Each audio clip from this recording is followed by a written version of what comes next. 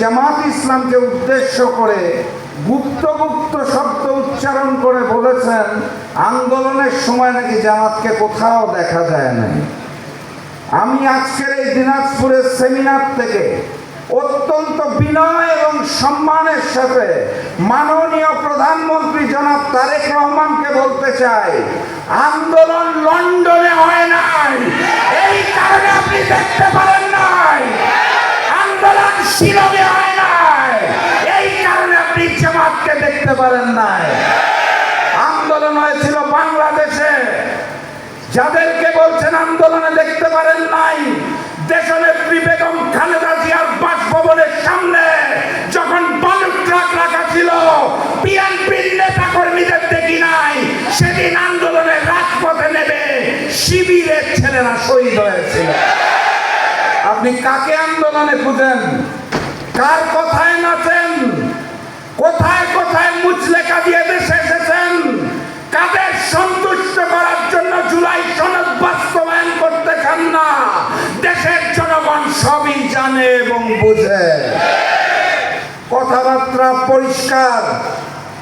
আমিরে জামাত স্পষ্ট করে আমাদের বলে দিয়েছে আর একটি বিভাগীয় সমাবেশ বাকি আছে সিলেটে, আগামী পরশুদিন হবে।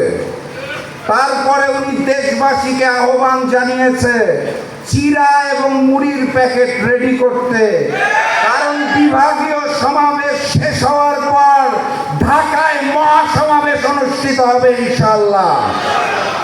দিনাজপুরবাসী যাবে তো নাকি? প্রস্তুত আছে তো নাকি? শান্তিপূর্ণভাবে যদি জুলাই সনদ বাস্তবায়ন না হয়, তাহলে কিভাবে আদায় করে নিতে হয় বাঙালি রক্ত দিতে জানে, আমরা আবারও আদায় করে নেব ইনশাআল্লাহ। এখানে 3 জন সম্মানিত সংসদ সদস্য আছে, আপনারা জানেন।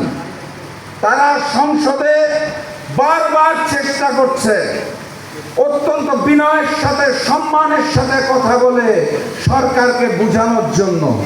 আর সরকার আমাদেরকে বলতে চায় তারা অক্ষরে অক্ষরে জুলাই সনদ বাস্তবায়ন করবে। শুনেছেন তো আপনারা?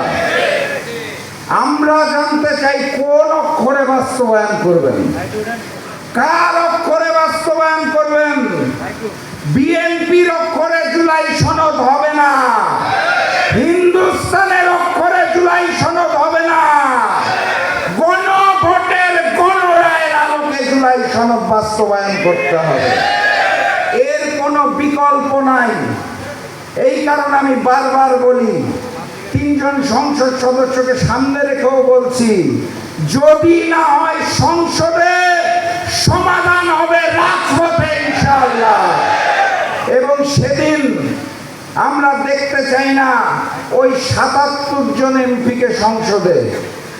যদি প্রয়োজন পড়ে ইনশাআল্লাহ আমি বিশ্বাস করি আমিরে জামাত ডাক্তার শফিকুর রহমানের নেতৃত্বে আমরা সংসদ এবং রাজপথকে এক কাতারে নিয়ে আসবো এবং নতুন গণ অভ্যুত্থানের মাধ্যমে, নতুন বিপ্লবের মাধ্যমে জুলাই সনদ বাস্তবায়ন হবে।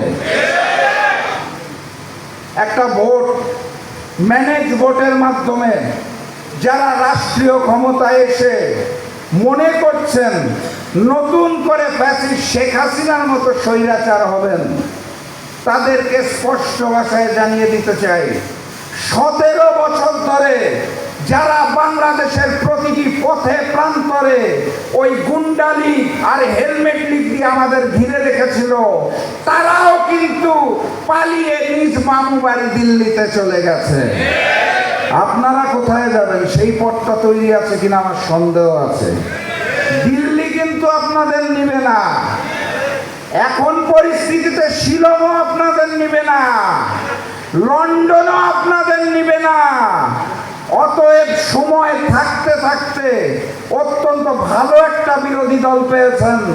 বিএনপির প্রধানমন্ত্রী সহ সবাইকে অনুরোধ করতে চাই, আল্লাহর ওয়াস্তে শহীদ পরিবারগুলোর দিকে তাকিয়ে, জুলাই যোদ্ধাদের দিকে তাকিয়ে জুলাই সনদকে গণভোটের গণরায়ের আলোকে বাস্তবায়নের ব্যবস্থা করুন।